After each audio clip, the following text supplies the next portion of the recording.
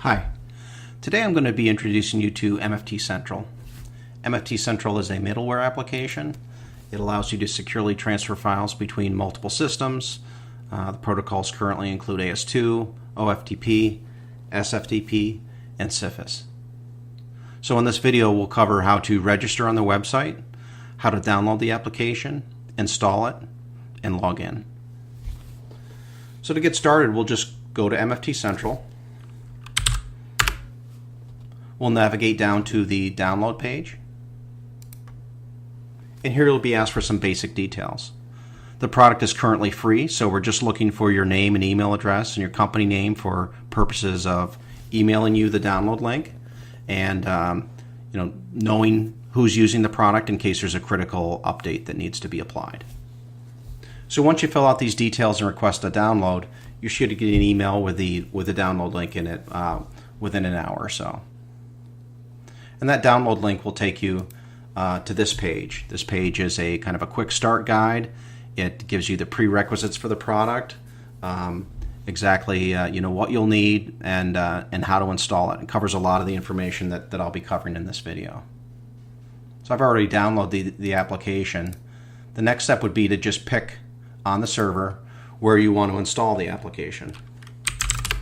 I'm going to install it into user local MFTCentral, but you're really just unzipping the image, so you can really put it anywhere you want as long as you have permissions to write to that location.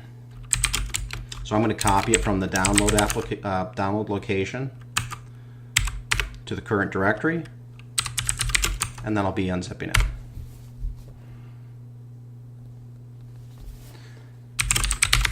The unzip creates a release directory. We'll want to CD into the release directory. And then we just run sh start MFTCentral sh.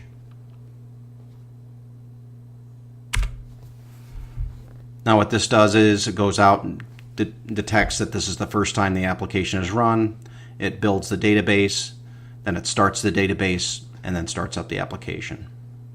And when it's done, it'll give you the actual URL that you can use to log into the application. In this case, I'm logged in on this GUI on the same location as the install, so I'm just going to go to localhost.